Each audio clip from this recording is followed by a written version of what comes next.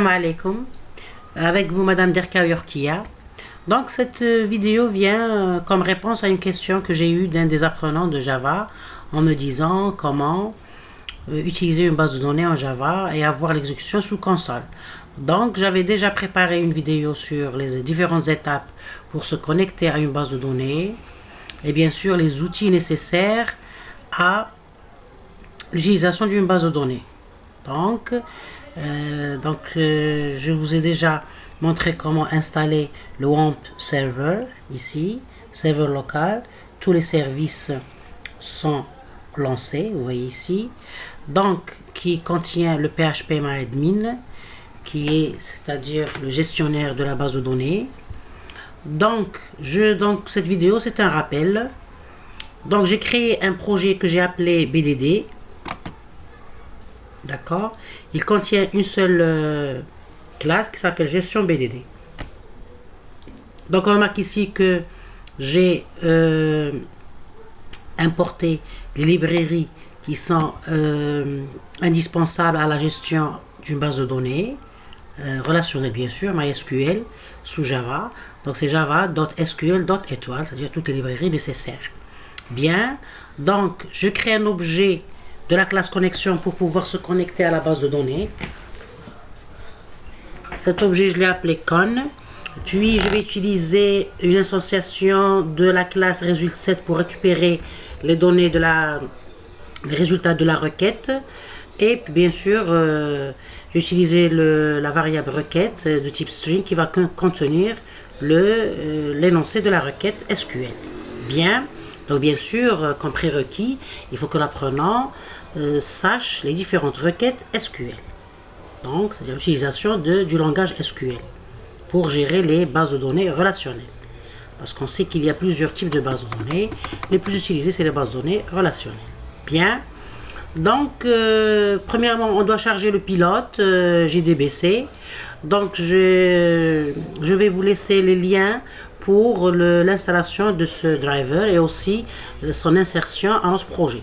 Parce que pour pouvoir utiliser le gestionnaire ou bien le pilote JDBC, il faut l'insérer à notre base de données.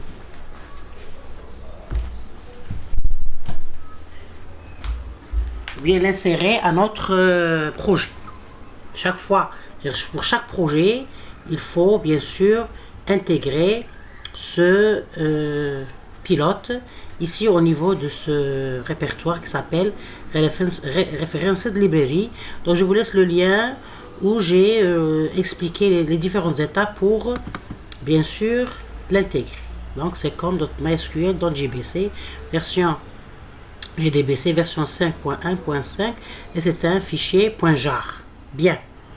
Donc on se connecte bien sûr avec la classe forName, la méthode forName de la classe classe. Bien. Et bien sûr, on doit utiliser un try catch pour gérer les exceptions. C'est obligatoire. Si on l'oublie, le compilateur va nous lancer une erreur. Bien. Puis on va se connecter à la base de données, bien sûr, avec le driver manager getConnection, la méthode getConnection. Et bien sûr, ici, on doit préciser l'URL où se trouve la base de données. Ici, bien sûr, le serveur utilisé.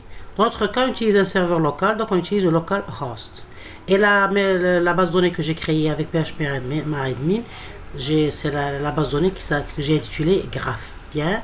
Et puisque j'ai pas de mot de passe, j'ai pas créé de mot de passe ni de nom d'utilisateur, donc je vais utiliser le nom d'utilisateur root et le mot de passe ici. On remarque que c'est une chaîne de caractères vide. Bien.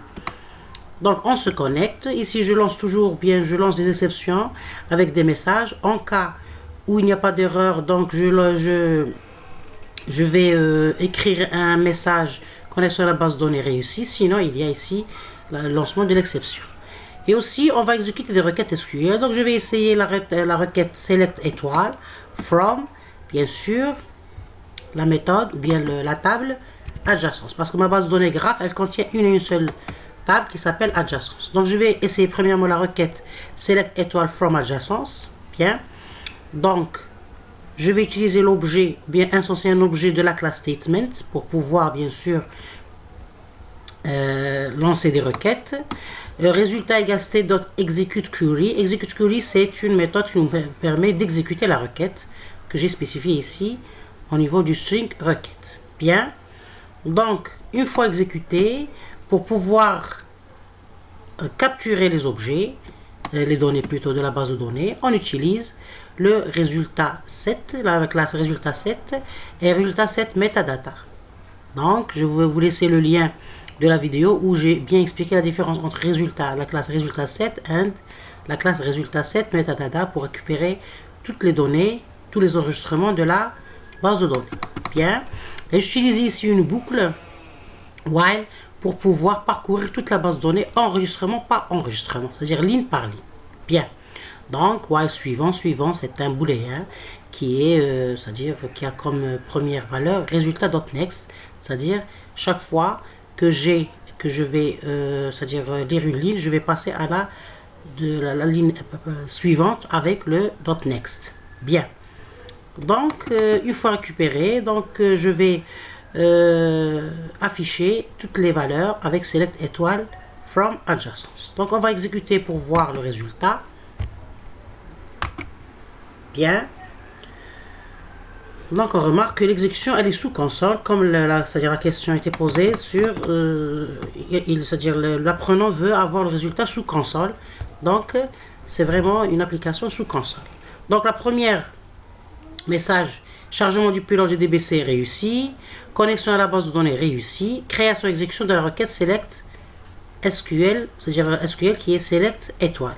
Donc, on remarque ici qu'on a notre base de données qui est formée ici de 4 enregistrements, la clé, c'est-à-dire la clé primaire, qui est incrémentable automatiquement, 1, 2, 3, 4. Chaque fois que j'ajoute un enregistrement, elle est incrémentée avec un plus 1. Il y a l'enregistrement sommet de type caractère, successeur de chaque sommet de type caractère aussi, et la pondération qui est la capacité de l'arête qui relie les deux sommets. Par exemple, l'arête qui est entre sommet A et B, elle est de pondération bien de capacité égale à 7. Bien, donc elle affiche tous les enregistrements de la base de données. On va lancer le PHP MyAdmin pour vérifier avec notre base de données qui est stockée sous le disque dur. Donc c'est une base de données qui illustre un graphe. Donc on sait qu'un graphe il est formé de 3 paramètres. Un ensemble X qui est l'ensemble des sommets, un ensemble A l'ensemble des arêtes, c'est-à-dire les liens entre les sommets. Arête parce que c'est un graphe non orienté. S'il est orienté, on parle d'arc. Bien. Donc ici, j'ai lancé le PHP MyAdmin. Puisque je n'ai pas utilisé un mot de passe ni un nom d'utilisateur, donc ça va être root et le mot de passe va être vide. Donc j'exécute mon PHP MyAdmin. Donc je remarque ici que j'ai ma base de données graph que j'ai déjà créée. Je vais la charger. Donc elle contient une seule table qui s'appelle adjacence. Je vais la lancer. Donc on remarque ici que j'ai ma table adjacence qui est formée de 12 enregistrements avec les informations de chaque, bien sûr, de chaque ligne. Donc on peut, c'est-à-dire vérifier avec notre base de données, avec notre exécution Java. Vous voyez, je vais réduire la table pour pouvoir, d'accord,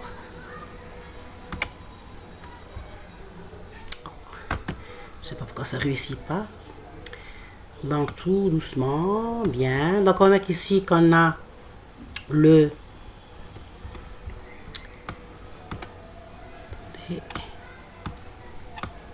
bien.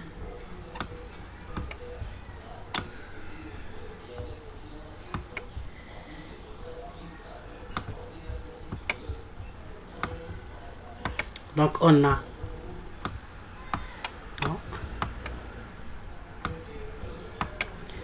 on a AB de pondération 7, donc AB de pondération 7, AD de pondération 5, donc AD de pondération 5, bien. Donc cela montre notre exécution de la requête select étoile, bien. Donc on va réessayer avec notre requête select étoile from while, c'est-à-dire avec une spécificité.